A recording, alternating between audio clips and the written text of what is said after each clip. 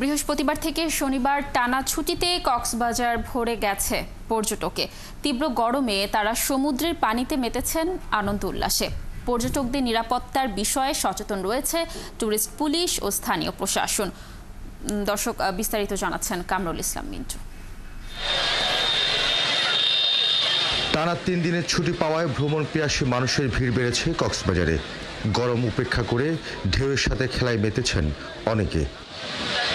Lily হালাল beauty soap, BSTI কর্তৃক সনদপ্রাপ্ত দেশের প্রথম হালাল বিউটি সোপ, দীপ্তিময় উজ্জ্বল ত্বকের জন্য। পর্যটকরা বলছেন, এমন ছুটি পেলেই সমুদ্রের ডাকে তারা ছুটে আসেন কক্সবাজারে। সমুদ্রের পাড়ে আসলে অনেক ভালো লাগে। তাছাড়া ফ্যামিলি নিয়ে আসলে একরকম আনন্দ, ফ্রেন্ডরা সহ আসলে একরকম আনন্দ। ফিলটা কেমন, যে আসে যে ফিল করে সে একমাত্র বুঝতে পারে। আমরা তো আগে থেকে হোটেল বুকিং দিয়ে আসি না, হোটেল পাওয়াটা অনেক ট্রাপ ছিল, বাট পেয়েছি আলহামদুলিল্লাহ। আনন্দ করতে আসছি, দেখা যাচ্ছে যে আনন্দ করতে করতে ওই খরচের ইয়েটা আর অতটা শরীরে লাগে না ওইভাবে আর কি। সমুদ্রের সাথে এই মিতালিতে যেন কোনো পর্যটক বিপদে না পড়েন, তার জন্য সতর্ক দৃষ্টি রাখছে লাইফগার্ড। আমরা সর্বোচ্চ নিরাপত্তা কাজ করি। আর আমাদের সাথে রেড অ্যান্ড ইয়েলো ফ্ল্যাগ আছে, যে ফ্ল্যাগগুলো আপনি দেখতেছেন, এই ফ্ল্যাগ আপনারা অবশ্যই সুইমিং করবেন, আপনি সাঁতার কাটবেন, এর বাইরে যাবেন না, যে লাল ফ্ল্যাগ দেওয়া আছে। এদিকে পর্যটকদের নিরাপত্তার বিষয়টি গুরুত্বের সাথে দেখছে ট্যুরিস্ট পুলিশ। আমাদের উদ্দেশ্য হচ্ছে পর্যটকদের ভ্রমণকে সর্বোচ্চ নিরাপদ করা।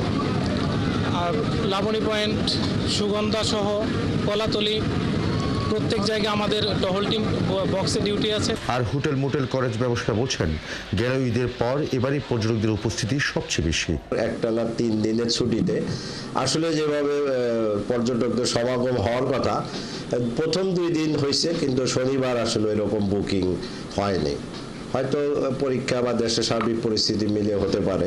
পর্যটন ব্যবসায়ীরা আরো বলছেন, 3 দিনের ছুটিতে প্রতিদিন লাখখানেক পর্যটক সমুদ্রে আসছেন।